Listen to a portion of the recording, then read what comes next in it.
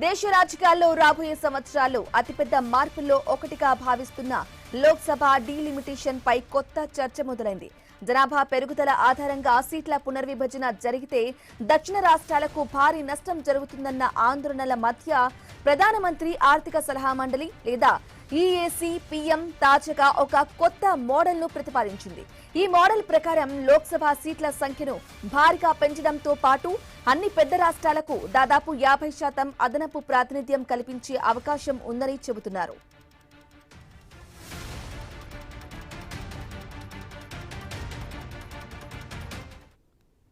ఇక ప్రస్తుతం దేశంలో లోక్సభ సీట్ల సంఖ్య 543.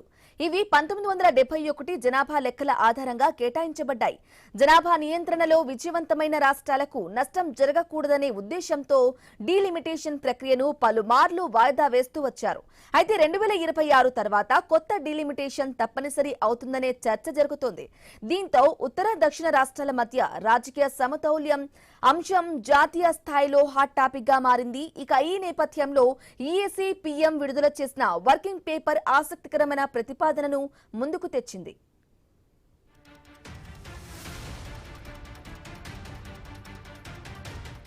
కేవలం జనాభా ఆధారంగా సీట్లు కేటాయిస్తే ఉత్తరప్రదేశ్, బీహార్, మధ్యప్రదేశ్, రాజస్థాన్ వంటి రాష్ట్రాలకు భారీగా సీట్లు పెరిగే అవకాశం ఉంది.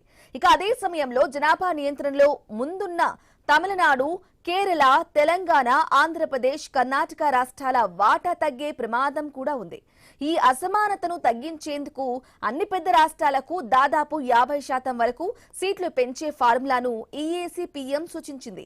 ఇక ఈ మోడల్ అమలైతే లోక్సభ మొత్తం సీట్ల సంఖ్య 543 నుంచి సుమారు 824 వరకు పెరిగే అవకాశం ఉందని అంచనా వేస్తున్నారు.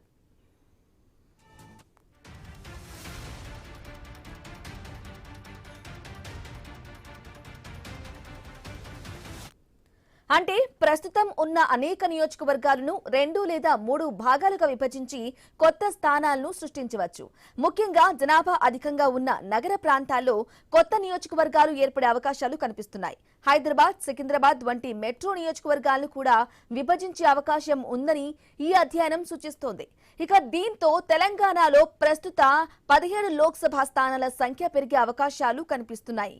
అలాగే ఆంధ్రప్రదేశ్లో కూడా ప్రస్తుత 25 స్థానాల సంఖ్య మరింత పెరగొచ్చని రాజకీయ విశ్లేషకులు చెబుతున్నారు.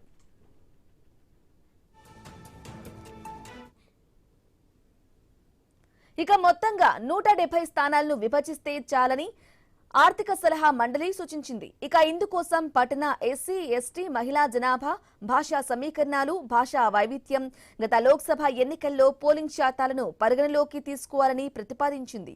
తెలంగాణలో హైదరాబాద్, సికింద్రాబాద్, మల్కాజ్గిరి, మెదక్లను 3 ఏసీ నియోజకవర్గాలుగా, చేవెళ్లను 2గా విభజించాలని కోరింది. ఏపీలో రాజంపేట, కడప, నంద్యాల, కర్నూలు, అనంతపురం, విశాఖపట్నంలను 3గా, మచిలీపట్నం నియోజకవర్గాన్ని 2గా చేయాలని ప్రతిపాదన చేసింది. ఇక ఆర్థిక సలహా మండలి తాజాగా విడుదల చేసిన అధ్యయన పత్రంలో ఈ సిఫార్సులు ఉన్నాయి. ఇక డీలిమిటేషన్ బిల్లు సందర్భంగా మొత్తం నియోజకవర్గాలను 815గా విభజించే అవకాశం ఉందని కేంద్ర ప్రభుత్వం వెల్లడించింది.